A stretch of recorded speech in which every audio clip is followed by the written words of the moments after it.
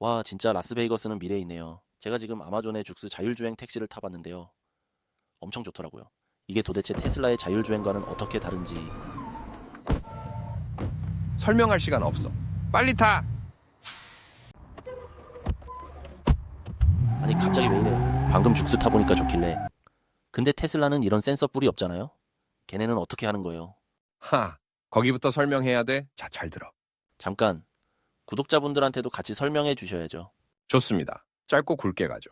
방금 탄 웨이모나 죽스는 일명 안전 제일주의 센서 떡칠 방식입니다. 비싼 라이다랑 레이더를 온몸에 도배해서 주변을 3D로 완벽하게 스캔하죠. 눈이 나빠도 지팡이 수천 개로 땅을 짚으며 가는 꼴이라 절대 안 넘어집니다. 대신 그 지팡이 값만 차 한 대 가격이죠. 그럼 테슬라는요? 테슬라는 정반대죠. 오직 값싼 카메라, 즉 비전으로만 찍습니다. 인간도 눈으로 운전하는데 로봇이 왜 못하냐는 배짱이죠. AI가 똑똑해질 때까지 전 세계 데이터를 미친 듯이 학습시키는 방식인데 장비값이 싸다는 게 진짜 무서운 점입니다. 진짜 차이는 여기서 납니다. 웨이모 같은 라이다 진영은 룰 베이스예요. 교통법규를 뇌에 주입시켜서 그 틀 안에서만 움직이게 하죠. 반면 테슬라는 엔드 투 베이스입니다.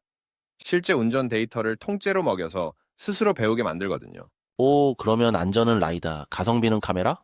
단순히 그렇게만 볼 건 아니죠. 테슬라의 운전 실력도 이미 인간을 추월했다는 평가가 많으니까요.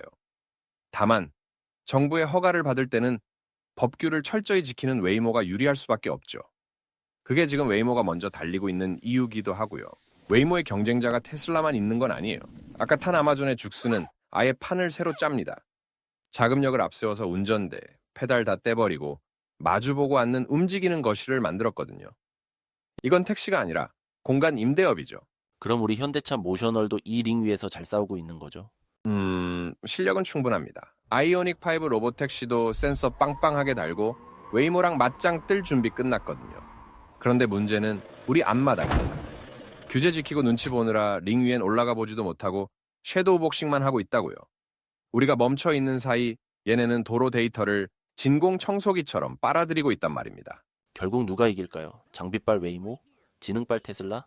아니면 공간빨 죽스? 아니면 현대차? 그건 저도 모르죠. 누가 승리하든 우리가 부정할 수 없는 사실은 미래는 이미 우리 곁에 와 있다는 겁니다.